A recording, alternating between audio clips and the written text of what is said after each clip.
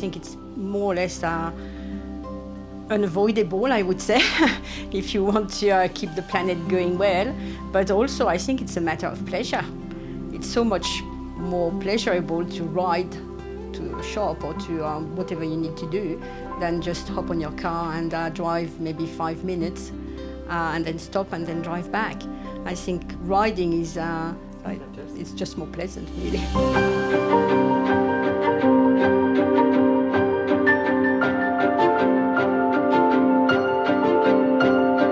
Well, I'm Catherine and I'm from Mittegong. Basically, one of the founding members of SHWACA. SHWACA stands for Southern Highland Walking and Cycling Advocacy Group. Basically, to be a voice for walking and cycling advocacy in the Shire, to facilitate safe and easy movement around the Shire on foot or on bikes. I used to do a lot of road cycling in Melbourne and also Sydney when I lived there, on good roads, dedicated cycle tracks. The roads here, from a road cycling point of view, are a bit gnarly and narrow. Traffic's a bit fast. I just feel more comfortable on my mountain bike, but there's sort of perhaps less opportunity, less variety on the mountain bike than there is on a road bike. So my name's Jim, and I've been involved in SHWACA since pretty much its origins, back in April of 2021, and I live in Bundanoon. I've got 2 young children. When we first moved here, I would look for places. I didn't have a car and would walk places and just pushing the children in a pushchair over sort of bumpy ground. There weren't like footpaths and things like that. And we were relatively close to Barrel Hospital at that stage. I know things have improved since then around that area.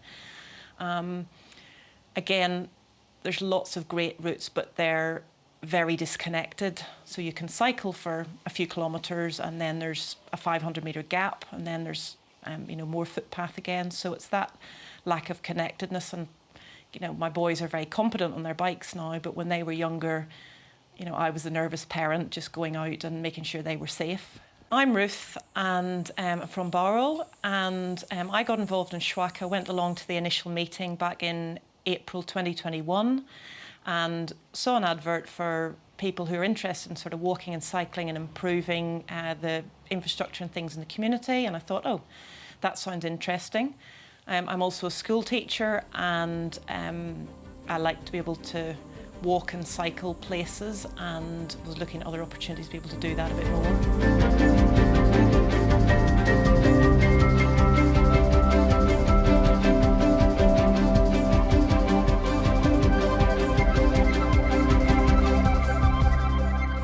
We've been in the Highlands for 9 years now, and husband's work brought us here. So when we first moved, people went, "What do you want to live there for? It's cold and it's wet." "Ah, you'll be used to that. You're from Ireland." So that wasn't a problem at all. And that's it. I suppose you think if we can cycle and walk in Ireland, and I lived in England for a bit as well, then surely with the much better climate we've got here, it's certainly very possible. They allow you to engage with the environment in a different way as you move through it. Walking slows you down. You can be more observant. You can kind of immerse yourself more in the spaces that you're moving through. You can smell things, you can hear things, you can see things that you wouldn't otherwise see if you're driving through at 100 k's an hour in a climate-controlled capsule. I think that's often something that is spoken about less, is about the fact that it slows you down and it enables you to have a more direct relationship with the environment that you're in.